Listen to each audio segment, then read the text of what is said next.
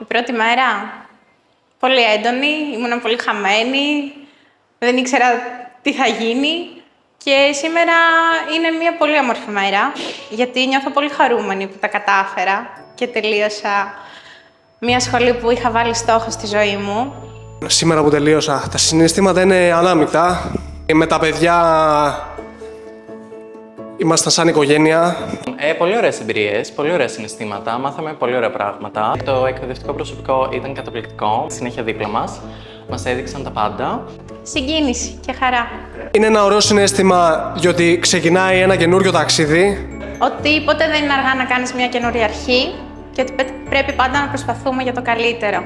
Ανοίγουμε τα φτερά μας και πάμε προς τα καλύτερα. Θα ήθελα να πω στα άτομα που θέλουν να ασχοληθούν με την κομμωτική, να γραφτούν γρήγορα στη ΒΑΝ, γιατί πραγματικά αξίζει. Δηλαδή τα 2 χρόνια θα είναι ευχάριστα και θα μάθετε πάρα πολύ ωραία πράγματα. Ότι είναι full ολοκληρωμένο και είναι ό,τι χρειάζεται ένα νέο παιδί, ένας νέος άνθρωπος, ο οποίος θέλει να ξεκινήσει σοβαρά την καριέρα του στην κομμωτική.